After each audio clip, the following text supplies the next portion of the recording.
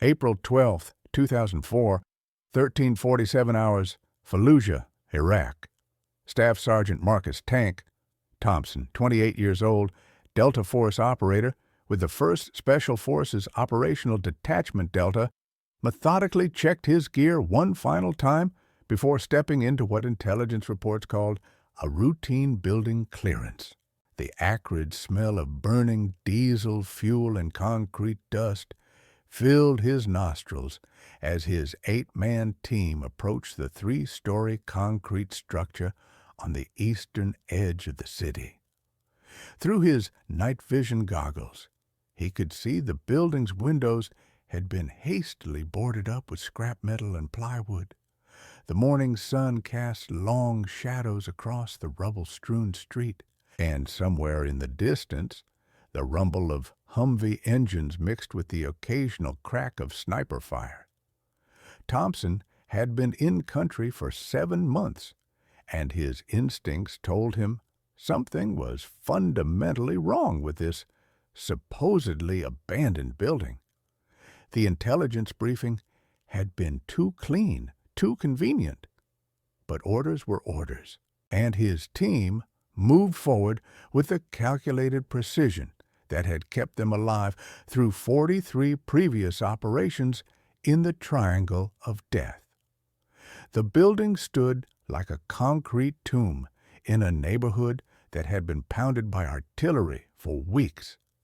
Every other structure on the block showed the telltale signs of urban warfare.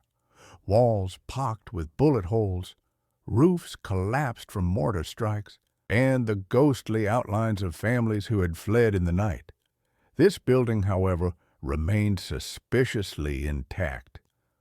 Thompson's team leader, Captain Hayes, had received the mission brief at 0600 that morning.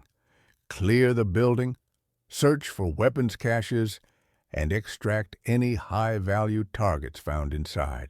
Standard operating procedure for the hundreds of buildings they had cleared since arriving in Iraq. What made this different was the source of the intelligence. It had come from a walk-in informant, a middle-aged Iraqi man who claimed to have information about insurgent weapon storage. In Thompson's experience, walk-in informants were either genuinely helpful citizens or elaborate traps designed to lure American forces into kill zones. The mathematics of survival in Fallujah were brutal and simple. Trust no one completely, verify everything twice, and always have an exit strategy. Thompson's background made him uniquely qualified for the complexities of urban warfare in Iraq. Born in rural Montana, he had enlisted in the Army at 18 after his father's ranch failed during a particularly harsh winter. His natural aptitude for marksmanship and tactical thinking had caught the attention of recruiters for special operations. After completing Ranger training and serving 2 tours with the 75th Ranger Regiment, he had been selected for Delta Force, where he had spent the previous 4 years honing skills that most soldiers never dreamed of acquiring. He could breach a reinforced door in under 10 seconds, clear a room of hostiles while preserving civilian lives, and operate effectively in complete darkness, using only sound and tactile feedback. More importantly, he had developed an almost supernatural ability to read the subtle environmental cues that separated routine operations from elaborate ambushes. The weight of his modified M4 carbine felt familiar in his hands, its custom trigger group allowing him to place shots with surgical precision even under extreme stress. As his team approached the target building, Thompson noticed several details that elevated his alert status from cautious to deeply concerned. The street was too quiet for midday in Fallujah. Even in the most dangerous neighborhoods, there were usually children playing in distant courtyards, elderly men sitting in doorways or women hanging laundry. This block felt like a stage set, waiting for actors to appear. The building's ground floor windows had been boarded up, but the boards showed tool marks that were too fresh, too clean. Someone had prepared this building recently, and they had done so with military efficiency. Most concerning was the complete absence of graffiti or casual damage. In a city where every wall told a story of urban warfare, this building remained pristine except for the obviously intentional boarding of windows and doors. Captain Hayes positioned the team according to standard urban assault doctrine. 2 men to cover the rear exit, 2 to watch for flanking movements from adjacent buildings, and 4 to conduct the actual breach and clear operation.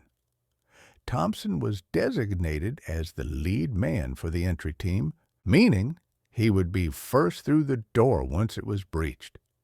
This position required absolute confidence in his equipment, his training, and his ability to process information faster than humanly possible while under fire. As the team's explosive specialist prepared a small-shaped charge to blast through the reinforced front door, Thompson performed his final equipment check. His body armor carried 6 30-round magazines for his M4, 4 M67 fragmentation grenades, a combat knife, emergency medical supplies, and a throat microphone connected to an encrypted radio system. Most importantly, he carried the accumulated wisdom of dozens of previous combat operations. The knowledge that survival depended not on superior firepower, but on superior decision-making under pressure. If you want to discover how a single Delta Force operator turned a carefully planned ambush into a masterclass in close quarters combat, please hit the like button on this video. This helps us share more untold stories from the archives.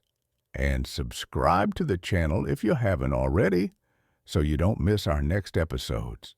The breach occurred at exactly 13:52 hours, and Thompson's world immediately transformed from careful preparation to pure chaos. The shaped charge destroyed the reinforced door with a thunderclap that echoed through the empty streets, sending chunks of concrete and twisted metal flying in all directions.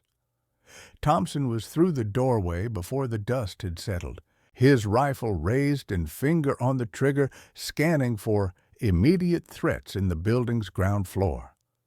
What he found was an empty room with concrete floors, bare walls, and a single staircase leading to the upper floors. Too empty, too clean. The smell hit him immediately. Fresh concrete dust, but also something else. Gun oil.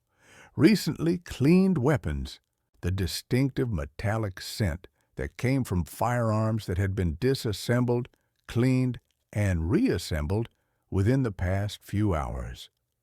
His team moved through the ground floor with the mechanical precision that came from hundreds of hours of training in urban warfare facilities.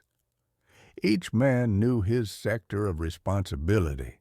Each movement was coordinated through hand signals and whispered commands over the radio. They found nothing on the ground floor except concrete walls and the lingering smell of recent human habitation. No furniture, no personal belongings, no indication of what the building had been used for. But Thompson's instincts were screaming warnings that something was fundamentally wrong with this scenario. Buildings in Fallujah that had been truly abandoned for months accumulated layers of dust, debris, and the random detritus of urban warfare. This building felt like it had been cleaned and prepared for their arrival. The team began clearing the second floor, moving up the concrete staircase with Thompson leading the formation. Each step echoed in the empty building despite their efforts to move quietly. At the top of the stairs, they found themselves facing a hallway with 4 doors, 2 on each side. Standard room-clearing doctrine called for methodical progression from room to room, ensuring each space was completely secure before moving to the next. Thompson approached the first door on the left, positioned himself to the side of the doorframe, and signaled for the breacher to prepare the entry charge. As he waited for the explosion that would begin their systematic clearance of the second floor, Thompson noticed something that made his blood run cold, the faint sound of movement from somewhere above them. Not the random settling noises that old buildings make, but the deliberate, controlled movement of people trying very hard to remain silent. The realization hit Thompson like a physical blow. They were not clearing an abandoned building. They were walking into a carefully prepared kill zone. The building's pristine condition, the too convenient intelligence tip, the strategic placement in a neighborhood that provided multiple escape routes for defenders. All of it pointed to an elaborate trap designed to lure American Special Operations Forces into a confined space where their technological advantages would be neutralized by close-quarters combat. Thompson had perhaps 30 seconds to make a decision that would determine whether his team walked out of this building or became another casualty statistic in the ongoing urban warfare that was tearing Fallujah apart. His training had prepared him for this moment, but training scenarios never captured the suffocating weight of real-world consequences when 8 lives hung in the balance. How many of you have family members who served in combat zones and never talked about the split-second decisions that saved their lives? These stories are disappearing with each passing year. Leave a comment right now saying just, "My family served." When you comment, you're not just sharing your connection to military service. You're helping preserve the memory of courage under fire for future generations. Let's create a living memorial here in the comments. Thompson keyed his throat microphone and whispered the code phrase that would change everything. Abort, abort, abort. Compromise likely. Execute immediate extraction. But before Captain Hayes could respond, the world exploded around them. The sound came from everywhere at once. Automatic weapons fire from the 3rd floor, muzzle flashes strobing through gaps in the boarded windows, and the distinctive crack whoosh of rocket-propelled grenades being fired from positions that had been carefully prepared in advance. The insurgents had waited until Thompson's team was completely inside the building and committed to the stairwell before opening fire. It was a textbook ambush, executed with military precision by fighters who understood both American tactics and the limitations of operating in confined urban spaces. Thompson's team found themselves caught in what military tacticians call a fatal funnel, a narrow space where defenders have overwhelming advantages in fields of fire and escape routes. The concrete stairwell became a death trap as bullets ricocheted off the walls, creating a storm of lead fragments and concrete dust. Thompson could hear his teammates returning fire, but their position at the bottom of the stairs meant they were shooting upward into prepared defensive positions while exposed to fire from multiple angles. Within the first 30 seconds of the ambush, 2 members of his team had been wounded by flying concrete fragments, and their ammunition expenditure rate meant they would run low on bullets long before the insurgents exhausted their supplies. The situation deteriorated rapidly as Thompson realized the full scope of the trap they had walked into. The insurgents had not only prepared the third floor as a defensive position, they had also positioned fighters in adjacent buildings who were now directing fire through the boarded windows of the target structure. His team was taking incoming fire from at least 6 different positions, and the volume of enemy fire indicated a much larger force than intelligence reports had suggested. The radio crackled, with Captain Hayes requesting immediate close air support and medical evacuation, but Thompson knew that air support would take at least 20 minutes to arrive, and medical evacuation was impossible while they remained pinned down inside the building. Thompson made a calculation that would have seemed insane to anyone who had not spent years training for exactly this type of scenario. Instead of trying to fight his way back down the stairs and out of the building, a retreat that would expose his team to fire from multiple angles, he decided to advance directly into the ambush. His reasoning was tactically sound, but psychologically terrifying. The insurgents had prepared their positions assuming American forces would either retreat or call for air support. They had not prepared for a single operator to charge directly up the stairs into their concentrated firepower. Thompson pulled the pins on 2 fragmentation grenades, cooked them for 3 seconds to reduce the time defenders would have to seek cover, and hurled them up the stairwell toward the 3rd floor. The explosion shattered windows throughout the building and filled the air with choking dust and debris. Before the insurgents could recover from the concussion, Thompson was moving up the stairs with a speed that defied human reaction times. His modified M4 carbine was set to full automatic, and he was firing controlled bursts ahead of him as he climbed, using the muzzle flashes to identify target locations in the dust-filled darkness. His throat microphone carried a continuous stream of tactical information to his teammates below. Moving up, contact front, contact left, frag out. Each transmission was delivered in the flat, emotionless tone that special operations soldiers use when their training takes over completely and conscious thought becomes secondary to ingrained muscle memory. Thompson reached the 3rd floor landing in a state that combat psychologists call flow state, a condition where conscious decision-making is replaced by subconscious processing of environmental information at speeds that approach the limits of human capability. He could hear the locations of enemy fighters by the sound of their breathing, identify their weapons by the acoustic signatures of different rifle types, and predict their movements based on tactical doctrine he had studied during years of counterinsurgency training.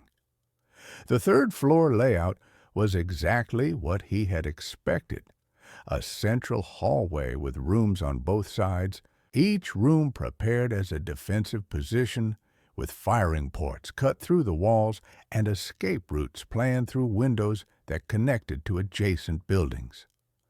The first insurgent Thompson encountered was a young man, perhaps 19 years old, who had taken position behind an overturned table at the far end of the hallway.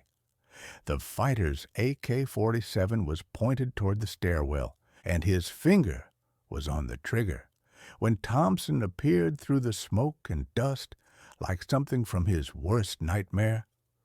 Thompson's first burst caught the insurgent center mass, and the man dropped without firing a shot. But Thompson was already moving toward the next position, processing information about muzzle flashes, spent brass casings on the floor, and the distinctive smell of cordite from recently fired weapons. Room by room, Thompson systematically cleared defensive positions that had been prepared over the course of several days. Each room contained evidence of the careful planning that had gone into the ambush, ammunition stored in plastic crates, water bottles arranged for extended fighting, and communications equipment that would have allowed the defenders to coordinate their fire with insurgents in adjacent buildings. But the insurgents had made one critical error in their planning. They had prepared for a conventional American response involving air support, artillery, and prolonged siege tactics. They had not prepared for a single operator with the training and psychological conditioning to charge directly into their concentrated firepower. The entire engagement lasted approximately 45 seconds from the time Thompson began his assault up the stairs until he keyed his microphone to report third floor secure, multiple enemy KIA. Building clear. In that brief period, he had neutralized 7 insurgent fighters, prevented what could have been a devastating ambush of American Special Operations Forces, and gathered intelligence materials that would prove crucial for subsequent operations in Fallujah. But perhaps most importantly, he had demonstrated the effectiveness of aggressive tactics when conventional defensive responses would have resulted in significant American casualties. Thompson's actions that day were consistent with Special Operations doctrine that emphasized speed, surprise, and overwhelming violence of action when conventional tactics proved inadequate. His decision to advance into the ambush rather than retreat was based on tactical calculations that took into account the enemy's prepared positions, the likelihood of successful extraction without close air support, and the probability that additional insurgent forces would arrive to reinforce the ambush if the engagement became prolonged. From a purely tactical perspective, his assault up the stairs represented the optimal solution to an otherwise unsolvable tactical problem. The aftermath of the engagement provided valuable intelligence about insurgent tactics and organization in Fallujah. The weapons and communications equipment recovered from the building indicated a level of planning and coordination that exceeded previous intelligence estimates about local insurgent capabilities.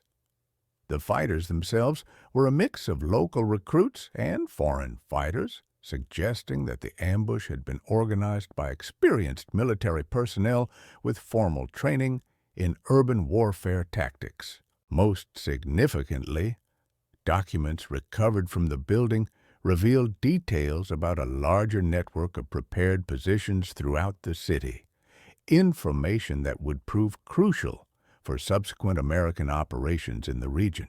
Captain Hayes later wrote in his after-action report that Thompson's decision to assault the insurgent positions probably saved the lives of his entire team and prevented what could have been one of the most successful insurgent ambushes in the Fallujah campaign. The report was classified at the time, but declassified portions reveal the tactical significance of the engagement and its impact on subsequent Special Operations doctrine. Thompson received no formal recognition for his actions that day, as acknowledging the engagement would have revealed operational details that remained classified for national security reasons. Thompson completed his tour in Iraq 3 months later and returned to Fort Bragg, where he continued his career with Delta Force. He participated in operations in Afghanistan, Somalia, and several other locations that remain classified. Those who served with him describe a soldier who approached combat with the same methodical precision that others might apply to solving mathematical equations. He never spoke publicly about his experiences in Iraq, following the tradition of Special Operations personnel who consider their service a professional obligation rather than material for public recognition. After retiring from the military in 2008, Thompson returned to Montana, where he purchased a small ranch outside of Billings and began raising cattle.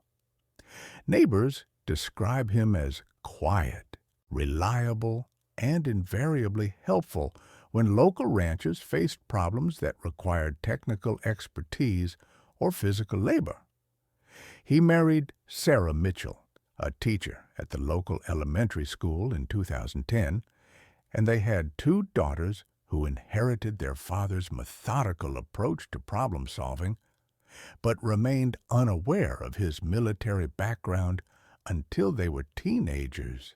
Thompson rarely discussed his military service, even with family members, following a tradition common among special operations veterans who consider their experiences too personal and professionally sensitive for casual conversation. His daughters learned about their father's background only when they began researching military history for school projects and discovered that their quiet, methodical father had been involved in some of the most significant special operations missions of the early 21st century. Even then, Thompson deflected their questions with gentle humor and suggestions that they focus their research on publicly available historical materials rather than family stories. The building in Fallujah where Thompson's engagement occurred was destroyed by artillery fire during subsequent operations in the city. The neighborhood was eventually cleared and rebuilt as part of the larger effort to establish stability in the region. No memorial marks the location where 7 insurgent fighters were killed, and an American Special Operations team avoided what could have been a devastating ambush. Like most special operations engagements, the action has been largely forgotten, except in classified after-action reports and the memories of the men who participated in it. The tactical lessons learned from Thompson's actions were incorporated into special operations training programs and doctrine that continues to influence military operations worldwide. His decision to advance into the ambush rather than retreat has become a case study in special operations schools, where future operators learn to analyze tactical problems and develop solutions that prioritize mission success over conventional safety considerations. The engagement demonstrates that sometimes the most dangerous course of action is actually the safest, particularly when facing enemies who have prepared for conventional American responses. Thompson's story illustrates the reality of modern special operations warfare, where individual decisions made in seconds can determine the outcomes of engagements that have strategic implications. His ability to process complex tactical information under extreme stress and develop effective solutions to seemingly impossible problems represents the culmination of years of training and experience. But perhaps most importantly, his story demonstrates that the most significant military actions are often performed by individuals whose names will never appear in history books and whose contributions to national security remain classified long after their service has ended. The broader implications of Thompson's actions extend beyond the immediate tactical success of neutralizing an insurgent ambush. His engagement demonstrated the effectiveness of aggressive special operations tactics in urban environments where conventional military approaches prove inadequate. The intelligence materials recovered during the operation provided crucial information about insurgent organization and tactics that influenced subsequent American operations throughout Iraq. Most significantly, the psychological impact of a single American operator successfully assaulting prepared insurgent positions had effects on enemy morale and tactical planning that extended far beyond the immediate engagement. Thompson continued to influence special operations training and doctrine even after his retirement from active military service.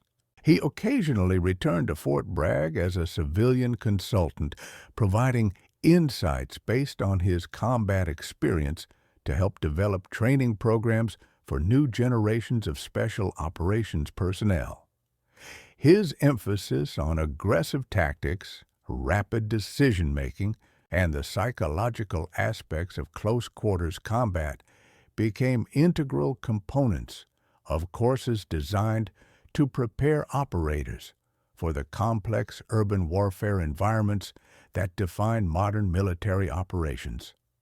The lessons learned from Thompson's actions in Fallujah continue to influence military training and doctrine worldwide. Special operations forces in multiple countries have studied the engagement as an example of how individual initiative and aggressive tactics can overcome seemingly impossible tactical disadvantages.